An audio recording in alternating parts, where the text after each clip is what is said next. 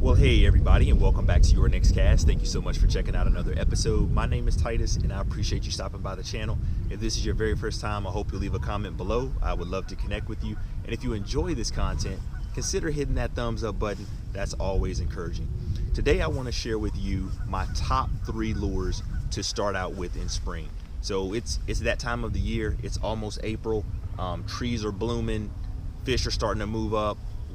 Temperatures getting warmer, water's getting warmer, and for me, there's 3 lures I always start out with. And if you've been watching this channel for any period of time, you probably know at least what 2 of them are. 2 of them are soft plastics, 1 of them is a hard bait. So let's jump right into it. The first one I'm going to show you is a lure that I only have 1 of right now that I'm going to be throwing, and this is a Keitech Easy Shiner. This one happens to be a 4-inch, but you could throw a 5-inch or maybe even a 3-inch, just depending on where you are. It's basically a swim bait. I usually throw it on a little jig. It's got a nice little tail action there that you can see. With your swim baits, you want as much tail action as possible. Like I don't necessarily know what a fish thinks this is. We assume they think it's like some form of a fish moving, but I don't think any fish has ever talked and said, this is what I think that is, and this is why I eat it or engulf it.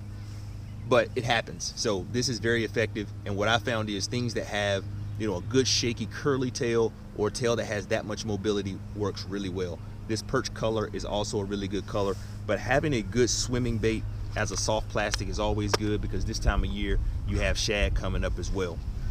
Now, speaking of shad, another great lure is a square bill crankbait, and this is a shad color one.